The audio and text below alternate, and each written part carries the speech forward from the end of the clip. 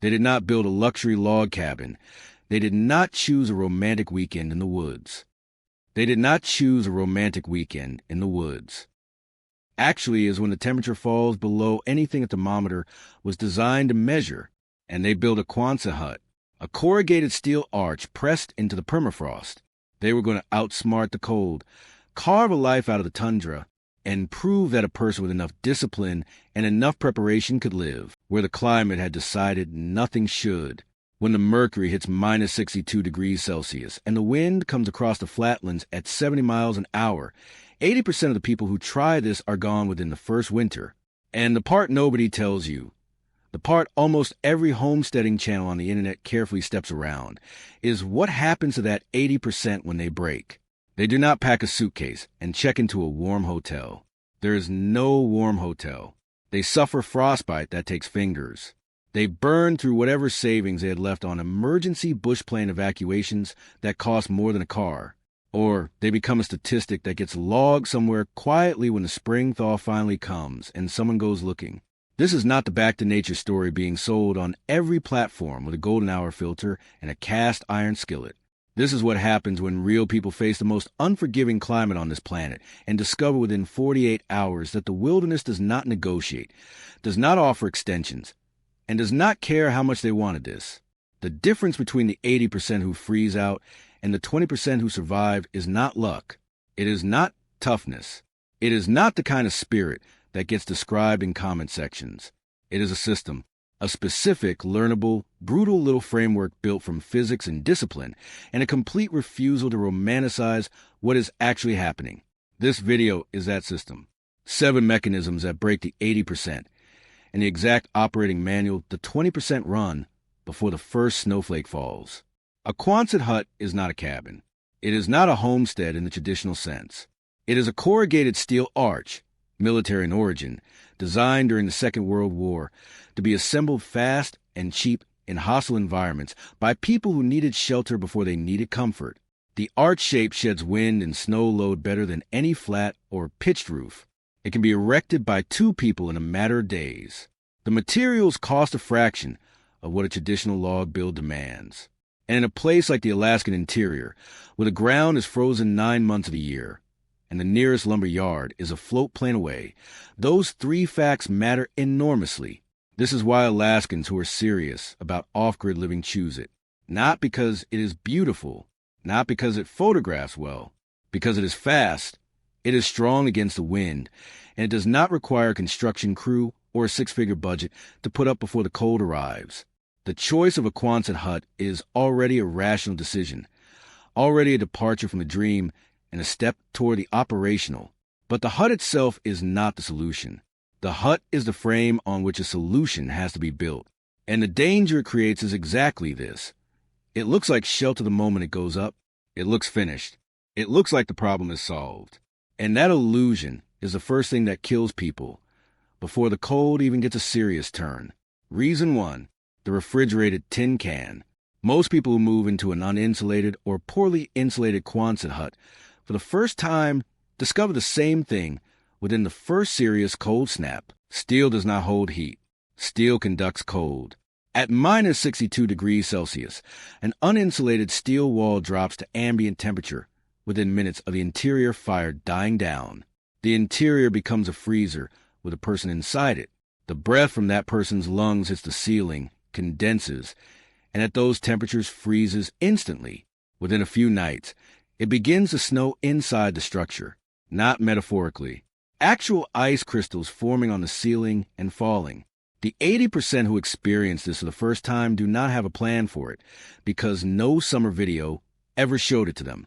The psychological impact of watching your shelter turn against you from the inside is the first thing that breaks people, and it breaks them before the physical danger has even fully arrived. Reason 2, the firewood illusion.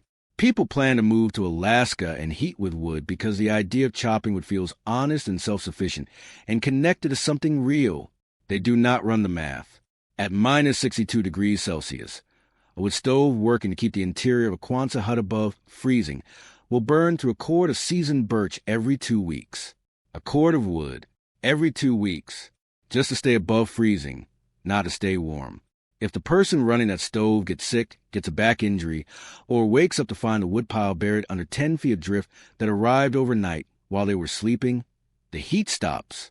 A heat failure at minus 62 degrees Celsius in a steel structure is not a problem. It is a death sentence with a 6-hour window. The 80% treat the firewood supply like a household chore. The 20% treat a failure in the wood pipeline as a fatal event and plan accordingly from day one. Reason 3. The ice lock chimney.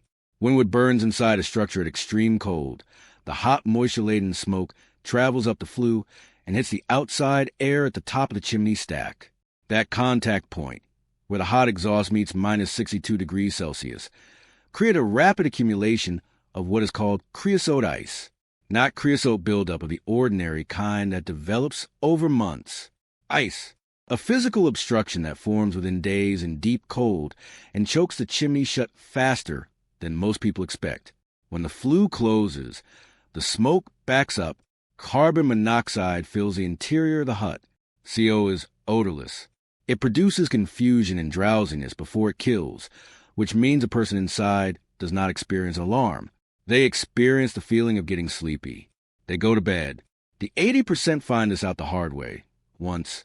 The 20% are on the roof in the middle of a blizzard with a brush clearing the stack, because they built chimney maintenance into the operating schedule the same way they built firewood into it.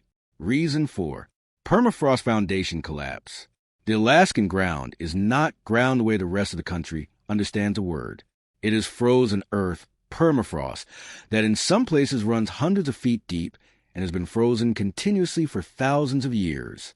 When a heated structure sits on top of it without proper engineering, the heat from the floor begins to warm the permafrost immediately below.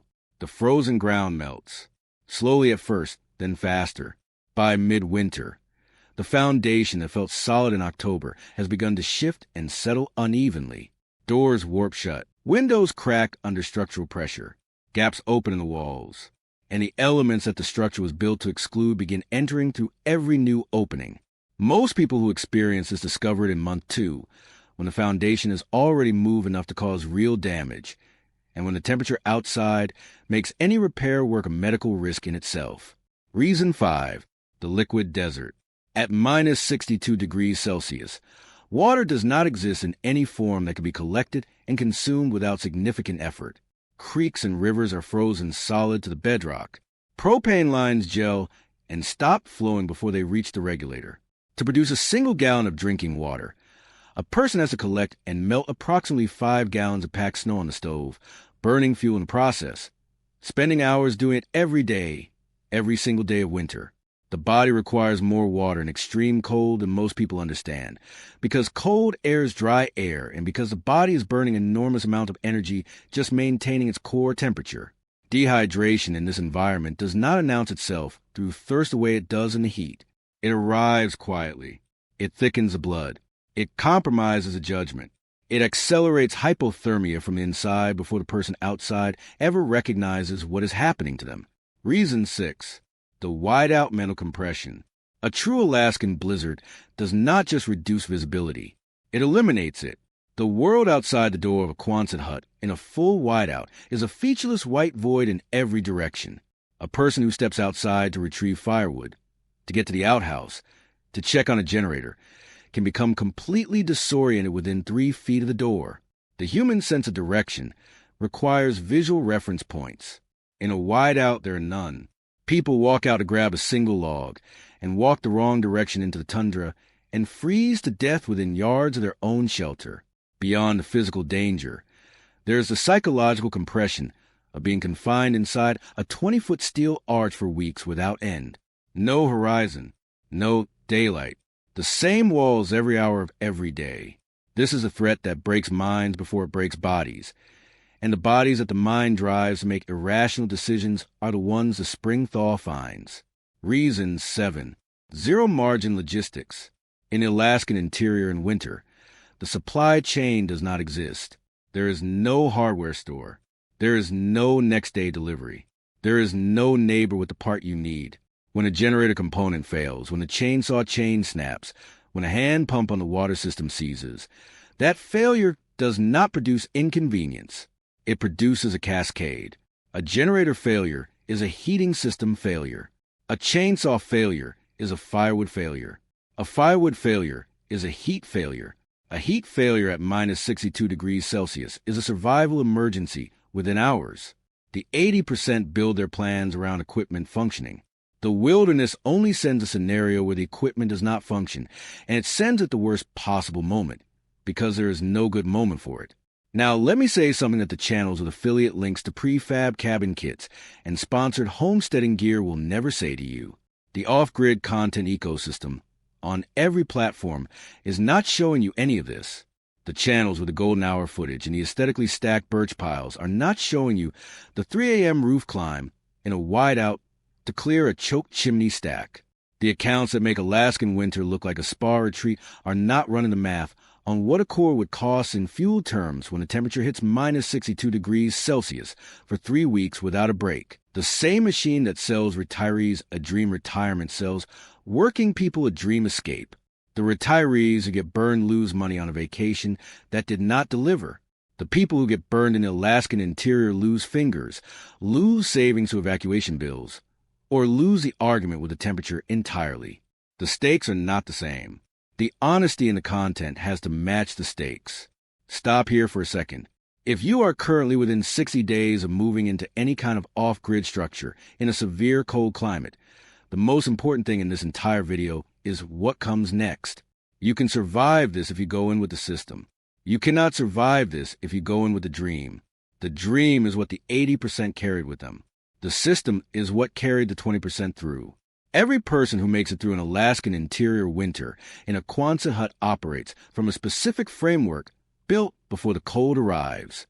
Here is what that framework looks like. The first rule is the multi-layer thermal envelope, and it is non-negotiable before move-in. The 20% never rely on a single wall. They spray foam the interior of the steel shelf on the inside, building a continuous vapor barrier that eliminates condensation at the source. Then they construct an interior wooden frame inside the arch and pack it with dense rock wool insulation. The result is a box within a box. The steel shell handles the wind and the structural load. The interior assembly holds the heat. Without both layers working together, no heating system is powerful enough to compensate. The 80% discover this after the first cold snap. The 20% build it in before they spend a single night inside. The second rule is a dual-fuel contingency. The 20% never enter winter with a single heat source. A gravity-fed diesel heater sits permanently alongside the wood stove. Gravity-fed means it requires no electricity to operate. It requires no mechanical action from a person who may be injured, exhausted, or sick. It runs on its own as long as there is diesel in the tank. The wood stove is the primary. The diesel heater is the insurance policy that activates the moment the primary fails or the moment the person running it is no longer physically capable. The 80% have one heat source and a plan to keep it running. The 20% have 2 heat sources and fuel for both prepositioned before the season begins. The third rule is the Tundra Lifeline. A high-tensile rope is permanently anchored between the door of the hut and every external point that requires regular access. The woodpile, the outhouse, the generator shed. In a whiteout, a person navigates exclusively by touch, moving hand over hand along the rope without ever disconnecting from the structure. The people who die in their own yards are the people who looked outside and decided they could judge 3 feet of visibility. They could not. Nobody can. The rope does not require judgment. The rope does not require visibility. It requires only that the person clipped to it keeps moving in one direction, and the 20% build that system before they ever need it. The fourth rule is the 3-chord buffer. The 20% never begin winter with less than 10 cords of seasoned, split, covered with position as close to the entrance as the structure allows. 10 cord sounds excessive until you run the math on a severe winter. A cord every 2 weeks at minus 62 degrees Celsius. An extended blizzard that locks a person inside for 2 weeks. A back injury that limits chopping capacity for 3 weeks. A chainsaw failure that takes 10 days to resolve. The buffer absorbs all of those scenarios simultaneously without the heat ever stopping. The 80% start with enough wood for a normal winter. The wilderness only send the winter that is not normal. The fifth rule is chimney discipline. Treat it as a mechanical system, not a household task. The 20% inspect the flue daily. They clear the stack on a scheduled rotation, regardless of weather conditions. They track creosote buildup the way an engineer tracks wear on a critical component. Because that is exactly what it is. A CO detector is mounted inside the hut and checked every 48 hours. The 20% treat carbon monoxide as the most certain and the most invisible threat in the entire system, because it is the one that produces no warning a person can feel until they are already past the point of responding to it. The sixth rule is the permafrost-proof foundation, and it is a decision that cannot be corrected after the fact. The 20% build on a raised, insulated timber platform or on steel pilings driven below the active frost layer before a single wall goes up. The ground is never trusted. It is engineered around from the first day of construction, because the alternative is discovering midwinter that the building is slowly sinking into its own foundation and that nothing about that situation can be fixed at minus 62 degrees Celsius. This is a decision that separates the people who plan from the people who assumed, and it is made before move-in or it cannot be made at all. The seventh rule is the space mission mindset, and it is the rule that holds all the others together. The 20% treat an Alaskan interior winter as a long-duration mission with a known end date and an operational plan that covers every scenario between now and that date. Every movement outside is planned before the door opens. Every tool has a manual backup or a duplicate. Every system has a failure mode that has been thought through and prepared for. Routine replaces panic. The winter is not an open-ended ordeal. It is a mission with phases, checkpoints, and an exit. The people who make it through know exactly what the van is for. In this case, what the hut is for, which is to get through the winter intact and come out the other side. They never let themselves forget that the hut is the tool, the cold is the mission, and the mission has an end.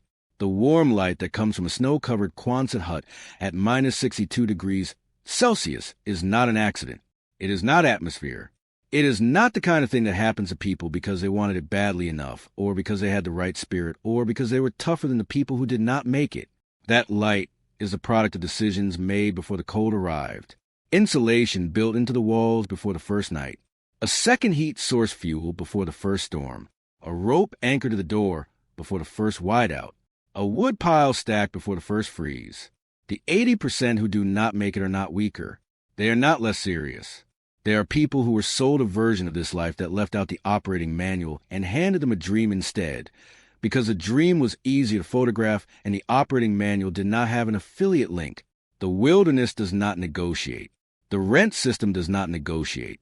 The systems that push people toward extreme solutions do not slow down to make sure those people have what they need to survive the solutions they are being pushed toward.